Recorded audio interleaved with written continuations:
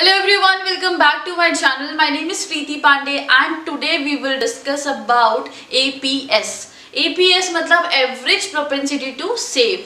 तो average propensity to save समझने से पहले समझना पड़ेगा सेविंग फंक्शन। तो सेविंग फंक्शन के लिए नीचे डिस्क्रिप्शन बॉक्स में जो लिंक दिया है चेक कर सकते हो। इजी वे में समझ में आ जाएगा, तभी एपीएस समझेंगे। नेक्स्ट टॉपिक्स जो होंगे इसके कंटिन्यूएशन में होंगे, इसीलिए चैनल को सब्सक्राइब कर लीजिए and press the bell icon, ताकि यहाँ से जो भी हमारा नोटिफिकेशन पहुंचे वो जल्दी से जल्दी आप तक पहुंच जाएगा। अब हम लोग डिस्कस कर रहे हैं एवरेज प्रोपेंसिटी टू सेव के बारे में। इससे पुरानी वीडियोस में कंजम्पशन, कंज्यूम करना, ठीक है, एपीसी, एमपीसी, ये सब चीज़ें हम लोगों ने डिस्कस करी थी। तो इसीलिए आप डिस्क्रिप्शन बॉक्स पे लिंक जो मैंने दे रखा है उस पर जाके आप डायरेक्टली चेक कर सकते हैं। तो अब एपीएस होता क्या है? एपीएस जिस तरीके से एपीसी होता है सेम उसी तरीके से सेविंग के टर्म्स में उसको एपीएस बोलेंगे। मतलब ये कि एक रेशियो जो हमें बता रहा है कि इनकम, एक particular given level of income के टाइम पे हम कितना सेव कर रहे हैं। अगर आपको वापस से रिकॉल करना है तो मैं जल्दी से बता देती हूँ। मैंने उस दिन आप लोगों को बताया था कि हमारा जो कंजम्पशन है वो क्या है, 70 है, ठीक है, और इनकम लेवल कितनी है, 100 है। तो हमें देखना है कि एपीसी क्या होगा। एपीसी कंजम्पशन तो क्या होगा, मैंने बताया था C/Y। तो कितना हो गया 70/100, मतलब कि हमारा 0.7% जो कुछ होगा वो हमारा एपीसी हो जाएगा। अब 100 लेवल ऑफ इनकम थी जिसमें से 70 तो क्या मैं कंज्यूम कर रहे, तो 30 बचा। इसका मतलब सेम यही से हम पढ़ लेंगे अब हमारे सेविंग फंक्शन को, मतलब हमारे एपीएस को भी हम यहाँ से डिराइव करेंगे। कैसे, कितना बचा 30, तो 30 हो गया हमारा सेविंग और 100 लेवल ऑफ इनकम।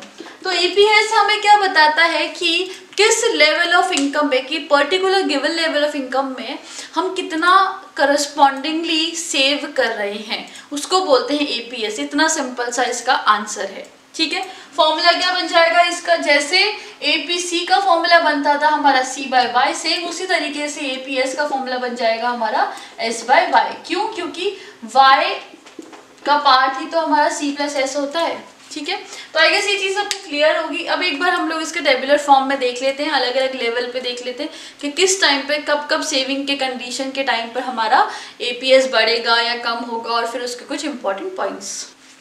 अब हमारा एपीएस डिराइव करना है और अलग अलग लेवल पे, अलग अलग सेविंग्स लेवल पे और अगर अलग अलग इनकम लेवल पे हम क्या हमारा एपीएस रहेगा वो डिराइव करेंगे। तो सबसे पहली चीज़ क्या है, सबसे पहली चीज़ हमारी दैट इनकम जो लेवल है हमारा वो कितना है, 0 है, और हमारी सेविंग्स कितनी हो जाएंगी, -40, ठीक है। तो एपीएस का फॉर्मूला क्या होता है, S/Y, क्लियर है। तो S/Y मतलब -40/0। अब किसी के नीचे 0 आएगा तो इसका मतलब वो वैसे भी 0 ही रहने वाला है। तो हमारा एपीएस जब इनकम लेवल 0 होगा तो एपीएस भी कितना होगा, 0 होगा। इसका मतलब कि हम कुछ भी सेव नहीं कर रहे हैं। तो अब हमारे क्या इनकम लेवल 0 है और हमारा सेविंग्स कितना हो जाएगा, -40 हो जाएगा। तो -40 डिवाइडेड बाई 0 अगर हमारी वैल्यू नीचे रहेगी तो हमारा कुछ भी वैल्यू डिटरमाइन नहीं कर सकते, तो हमारा एज एन डैश लिख लिया जाएगा, ठीक है। नेक्स्ट देखते हैं सेविंग कितनी है हमारी, -20, और हमारा इनकम कितना है, 100 है। तो जब मैं इसको डिवाइड करूंगी तो मेरा आंसर कितना आ जाएगा, -0.20। अब क्या है हमारा सेविंग लेवल 0 और इनकम लेवल 200। अब 0 को किसी भी चीज से हम लोग अगर डिवाइड करते हैं तो हमारा आंसर 0 ही आएगा। फिर ये हमारा 20 हमारी सेविंग्स है और इनकम लेवल कितना है, 300 है। तो आंसर कुछ हमारा कट के आ जाएगा 0.06 अराउंड समथिंग कुछ। अब इसके बाद हमारे क्या है, 40 सेविंग्स है और हमारा कितना है, इनकम लेवल 400 है। तो आंसर कितना आ जाएगा, इसको सब हम डिवाइड करेंगे तो हमारा आंसर आ जाएगा 0.10। तो आप लोग देख पा रहे होंगे कि जैसे जैसे हमारी इनकम बढ़ रही है वैसे वैसे क्या हो रहा है, हमारा ये भी धीरे धीरे क्या हो रहा है, बढ़ रहा है। अब हम लोग यहाँ पर देख सकते हो कि इनकम लेवल जैसे जैसे इंक्रीज हो रही है हमारा ये भी क्या हो रहा है, धीरे धीरे इंक्रीज हो रहा है। मतलब कि जब हमारा इनकम लेवल 0 था तो हम लोग कुछ भी वैल्यू डिटरमाइन नहीं कर सकते थे, बिकॉज हमारी सेविंग उस टाइम पे होती ही नहीं है, माइनस में भी नहीं होती है हमारी सेविंग, क्योंकि हम कंजम्पशन में उसको यूज़ कर चुके होते हैं। फिर इनकम थोड़ी सी बढ़ती है तो थोड़ा सा हमारा सेविंग का पार्ट भी कम हो जाता है, फिर इनकम और बढ़ती है तो हमारा सेविंग बिल्कुल 0 था। ये वो कंडीशन होगी जब हमारा इनकम लेवल और कंजम्पशन लेवल दोनों को दोनों इक्वल होंगे तो हमारी सेविंग 0 होगी, इसीलिए हमारा एपीएस भी 0 होगा। याद रखना एपीएस जब 0 होगा, कब, जब हमारे इनकम लेवल और कंजम्पशन लेवल दोनों ही 0 होंगे। तो धीरे धीरे ये इंक्रीज हो सकते हैं जैसे जैसे हमारी इनकम लेवल बढ़ती है। इसका मतलब APS is positively related to income, क्योंकि सेविंग्स भी हमारी पॉजिटिवली रिलेट करती हैं। अब हमारे कुछ पॉइंट्स जो कि है हमारे सेविंग से रिलेटेड, मतलब इंपॉर्टेंट पॉइंट्स ऑफ सेविंग्स, ठीक है। तो एपीएस या फिर हमारी सेविंग्स के जो बहुत इंपॉर्टेंट पॉइंट है वो डिस्कस करने वाले हैं। तो सबसे पहली चीज क्या है हमारी, that APS can never be equal to 1 और can never be more than 1। मतलब जो एपीएस है वो कभी भी 1 के इक्वल नहीं हो सकता, ना ही वो कभी भी ग्रेटर देन 1 के इक्वल हो सकता है, कभी नहीं होगा। क्यों नहीं होगा?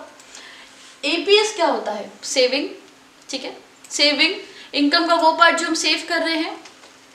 मान लो आपकी इनकम जो है वो कितनी है, 100 रुपीज है, तो क्या ऐसा कभी पॉइंट आएगा जब आप इसको पूरा का पूरा सेविंग में लगा रहे हो? क्या कभी आएगा? नहीं आएगा, क्योंकि इनकम जैसे जैसे बढ़ते लोग कंजम्पशन जरूर बढ़ाते हैं। मे बी शायद आप 90 रुपीज सेव कर लो, 10 ही रुपये कंज्यूम करो, लेकिन कभी ऐसा नहीं होगा कि अपनी पूरी इनकम को आपने पूरा का पूरा सेव कर लिया, ठीक है। ना ही कभी इनकम अगर 100 है तो आप सेविंग्स 110 की कर सकते हो, कभी नहीं कर सकते, ठीक है। इसीलिए ना तो ये कभी 1 के इक्वल होगा, ना कभी भी ये ग्रेटर देन 1 के होगा। अब नेक्स्ट पॉइंट है APC can be 0। APC can be 0, yes of course it can be 0। क्यों? क्योंकि कभी कभी ऐसा पॉइंट आता है जब हमारी इनकम कुछ ना कुछ हो रही होती है और उस टाइम पे हम सारा का सारा कंजम्पशन पे लगा देते हैं, लेकिन यहाँ पर सेविंग में कुछ भी नहीं करते, मतलब 0 सेविंग हो जाती है उस पार्ट से, तो हमारा ये 0 हो जाएगा। ये वही कंडीशन है, एपीएस हमारा 0 तभी होगा जब हमारा एपीसी, मतलब एपीसी जो होगा वो 1 होगा, क्योंकि सारा का सारा पार्ट हमने कहाँ लगाया, कंजम्पशन पे लगा दिया, ठीक है। 100/100 ये हमारा 1 हो गया, लेकिन ये 0/100 है तो ये हमारा 0 ही रह गया। तो एपीसी हमारा 0 हो सकता है, बिल्कुल हो सकता है, लेकिन तब होगा जब हमारा कंजम्पशन और इनकम दोनों एक दूसरे के इक्वल हो जाएंगे। अब तीसरा जो इसका बहुत इंपॉर्टेंट पॉइंट है वो है कि that APC can be less than 1 और can be negative. Of course it can be negative और लेस देन 1। कैसे हो सकता है? आप ये सोचो कि एक पॉइंट मैंने आप लोगों को बताया था जहाँ पे हमारी सेविंग्स जो थी वो नेगेटिव थी, तो जब हमारी सेविंग्स नेगेटिव है तो ऑटोमेटिकली क्या होगा, वो वाली लेवल पे हमारा एपीसी भी नेगेटिव होगा, ये वाला पॉइंट, ठीक है। तो डिस सेविंग वाला जो पॉइंट होता है वो हमारा नेगेटिव हो सकता है, तो एपीसी हमारा नेगेटिव हो सकता है, लेस देन 1 बिल्कुल हो सकता है, क्योंकि ये हमारा 1 वाला पॉइंट होता है, तो इससे नीचे हमारा बिल्कुल सेविंग हो सकता है। अब जो हमारा लास्ट पॉइंट है वो क्या है, that APC rise with the increase in income. Of course जैसे जैसे इनकम आपकी बढ़ती है, अब सारा का सारा जो पार्ट है वो आप सेविंग्स पे जरूरी नहीं है कि खर्च करो, लेकिन हाँ अपनी सेविंग्स को थोड़ा सा बढ़ाना शुरू कर देते हो। सेम उसी तरीके से जैसे आप इनकम में बढ़ने की वजह से कंजम्पशन में अपना इंक्रीमेंट करते हो, लेकिन जरूरी नहीं है कि आप उसी लेवल पे इंक्रीमेंट कर रहे होगे, ठीक है। इसलिए जो हमारा एपीएस है वो हमेशा इनकम इंक्रीज होने की वजह से हमारा इंक्रीज हो जाता है, वो पॉजिटिवली रिलेटेड होता है। आई गेस आप लोगों को यहाँ तक बिल्कुल क्लियर हो चुका होगा और प्रॉपरली अच्छे से समझ में आ गया होगा कि एपीएस होता क्या है। अब मिलेंगे हमारे नेक्स्ट वीडियो में, तब तक के लिए goodbye and thank you.